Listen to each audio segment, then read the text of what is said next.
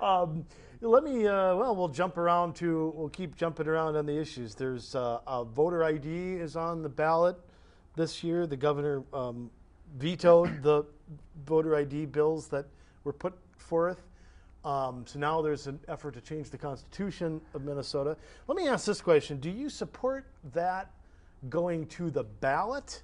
And do you support voter ID? Should it be a referendum, or what do you think about voter ID, just generally speaking? I think it should have been passed, period. It was passed and it was vetoed. That was the best route. I think it's something that's needed, period. I don't think it needs to go for us to make a decision on that because it makes sense. I mean, wouldn't it make sense for everyone to the cast a ballot is going to be a valid ballot, not just we hope it's a valid ballot? You hear so many different stories that there was fraud, but they keep saying on the other side, whether it be Dayton or the Democrats. I was down at the Capitol when this was going on, when they passed it originally before it was vetoed, and there were some Democrats, I won't name who, they were going off on, that there's never been voter fraud in Minnesota. If that's not the biggest crock I've ever heard in my life, I don't know what is. I wonder how many of them have been election judges. Yes. I almost got kicked out because I was talking to another friend of mine when we were down there watching it because I almost passed out when I heard that. There've never been voter fraud in the state of Minnesota. So that's unbelievable. But that's how some people try to make you believe. It's so untrue. And I think, as anyone would want, I believe you would want, why do you not want fair elections? There's no downside to it. But apparently, so many things there is. Oh, well, yeah, that we'll find out in November, I guess, what happens. Let me ask you another money question, because I like to ask this of people.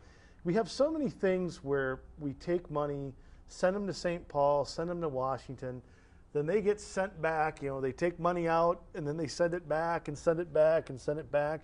Do we need to look at the system as a whole? The whole merry-go-round, I call it the merry-go-round of money. Do we need to reform that whole thing and get government back to the lowest form, is that a direction you'd like to see us go in? Yes, Andrew, that's definitely the direction I'd like to see it go in. Just looking at it from a fiscal responsibility or proper management. I mean, you got money, like you said, going every which way. How is that smart, no matter how you look at it? Plus all the different people you are paying to shuffle paper from here to there to there to there. And on top of that, the decision should be made here locally anyways. So, I mean, they make a decision here, then they got to make another decision over there if that decision's good or not, and they go back over here to make that decision, and they send the money back and forth. It's like, it doesn't make sense, but somehow they want to hire more people to spend more taxpayer money, I guess. That must be the thing. I have no idea. But I think I agree with you. We need to bring it more locally, do not allow this money to transfer back and forth, and kind of... I'd like to, if they ever want to do a study in government, if they ever want to do another one, I'd like to see how much money's lost just in those transactions. I mean, I'd be curious to see the answer. Well, let me throw one or two. We only got a few minutes left, but I'll throw one or two more quick ones out there. You mentioned unions. Yep. And there's been a lot of debate about right to work. There's been a lot of debate about, we had Wisconsin situation. It's happening in a couple other states, Indiana, Ohio, Florida. I mean, where do you stand on that? Is right to work a good idea? Is it not fair? Is it something we should look at more? How about right to work versus forced unionization, which is what it really is? Yeah. Where do you stand on that? What direction should Minnesota go in? I'm for right to work.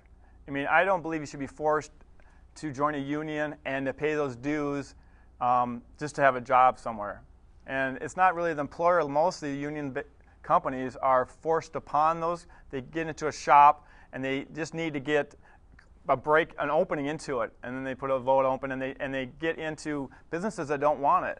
I mean, a lot of these owners don't want the unions in there, but they're forced to, and now the employees are forced to join that union. And then on top of that, what's worse, or just as bad, is the unions utilize that money to go places, whether it be Democrat candidates or whatever else they put it, and it's your money that you're putting in because you work there, and they get to utilize it any which way they want.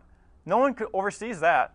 They're right to it. And so now I work that company, and they're taking my money, and not the company, but the unions are, and they can partition it to whoever they want to, and seems to not be the right way of doing things. I mean, I think one, if you want a union shop and employees there, I don't think you should be forced to join the union. If you choose to, if you like unions and be forced or want to be in a union, go ahead and do that. But I don't believe that you should be forced to do it if you want to work in a certain industry or a particular company. Well, it's a big issue. It's going to come to every state at some point. Yep. You know, because of where we're going tax and spend wise.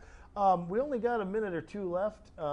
Reid, why don't you tell everyone where we can find you on the web real quick, and what's all on the website, and how they can contact you, email, order a sign, talk to you. How do we get in contact with you? Yeah, Andrew, the best way is it's Reid Johnson for House, and that is F-O-R, not the number 4. Reid Johnson for House. I think it's showing right there on the bottom of the video screen right now. So that's where most everything is. It ties into my Twitter, it ties into my email from there, phone number from there, goes to Facebook from there. You can access everything from there. You can donate from that site. You can volunteer from that site. So everything's there. That's the port where everything else goes from. So as long as you remember reidjohnsonforhouse.com, and that will get you all the areas you need to go to in my campaign. I'd love for your support. I'd love to be able to, if you want a lawn sign or volunteer, that would be great. Just click on there, and you can call me personally or email me, and we'll make sure we get you involved in our campaign. All right, so we're going to be seeing you in all the parades and all that stuff coming up. Yep, soon? I got one coming up in July 15th. I got Robbinsdale Whiz Bang one, so we got some of that parades going on and lots of other community events we're doing. And we should mention one more. I want to mention one more thing. This is an open seat. We should mention this, that Representative Carlson and Peterson flip-flop districts, because you ran against Linden 2 years ago. Yep. And Sandy Peterson's not running for another term. So this is actually an open seat. Correct. And your opponent is Mike Freeberg, right? Yeah. Of the Golden Valley City Council. Correct. So at least that's what I heard. I haven't seen any official thing on that, but that I believe is. Is he endorsed now? I don't think he's officially endorsed yet. I know there's 3 other candidates that filed as well as he did, but I haven't seen the final thing, and I haven't heard from him or saw him out, or I haven't had anyone talk to me about him actually being out. But so he has potentially as a primary then. I heard the other one's backed out, but I haven't seen that officially. That's probably the case. So it is probably Mike Freiberg, I believe is pronounced his last name, and he is in his 3rd term at City Council. Okay, so 45B is going to have a new representative come this year, no matter what, right? Well, Reid, thanks for joining us. Check out Reid's website, 45B. You people in Robbinsdale, Southern Crystal, most of Golden Valley, and a little sliver of New Hope this time. Okay, well, that's all the time we've got. We'll see you next time right here every Thursday night, Channel 19. Check us out.